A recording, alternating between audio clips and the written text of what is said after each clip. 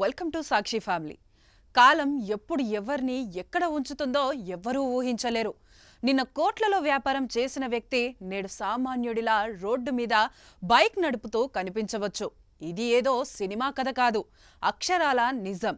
ఒకప్పుడు విలాసవంతమైన జీవితం గడిపిన ఓ వ్యక్తి ఏకంగా కోట్ల ఆస్తుల్ని పోగొట్టుకొని చివరకు తన కుటుంబాన్ని పోషించడానికి బైక్ టాక్సీ డ్రైవర్గా మారాడు. సోషల్ మీడియాలో వైరల్ అవుతున్న ఇతని గాథ ఇప్పుడు లక్షలాది మందికి స్ఫూర్తినిస్తోంది. ఇంతకీ ఆ వ్యక్తి ఎవరు, ఆయనకు అంత కష్టం ఎందుకొచ్చింది వంటి అంశాలు చూద్దాం.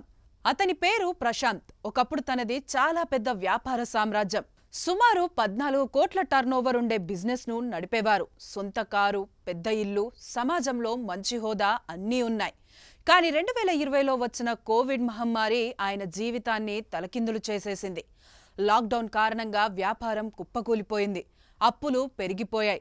చేసేది లేక తన దగ్గరున్న ఆస్తులన్నీ అమ్మి అప్పులు తీర్చాల్సి వచ్చింది. చివరకు చేతిలో చిల్లి గవ్వలేని పరిస్థితి ఏర్పడింది.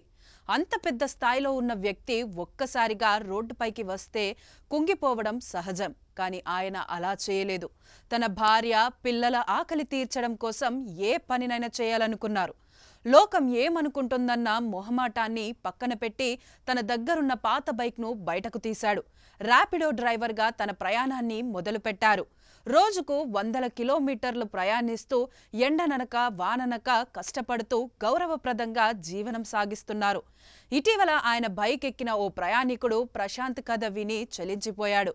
ఆ వివరాలను సోషల్ మీడియాలో పంచుకోవడంతో అది కాస్త వైరల్ అయ్యింది. ఒకప్పుడు 14 కోట్లు పోగొట్టుకున్నాను, కానీ నాలో ఉన్న ఆత్మవిశ్వాసాన్ని పోగొట్టుకోలేదు. శ్రమను నమ్ముకుంటే ఏదైనా సాధించవచ్చు అని ప్రశాంత్ చెప్పిన మాటలు నెటిజన్ల మనసును గెలుచుకుంటున్నాయి.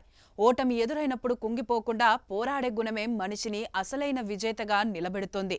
ప్రశాంత్ కదే దీనికి నిదర్శనం. ఆస్తులు పోయినా పర్వాలేదు, ఆత్మగౌరవం ఉంటే మళ్లీ నిలబడొచ్చని ఆయన నిరూపించారు.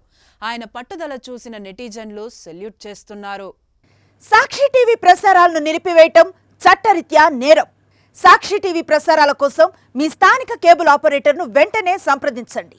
DTHలో, ఇంటర్నెట్లో కూడా సాక్షి టీవీ ప్రసారాలను వీక్షించవచ్చు.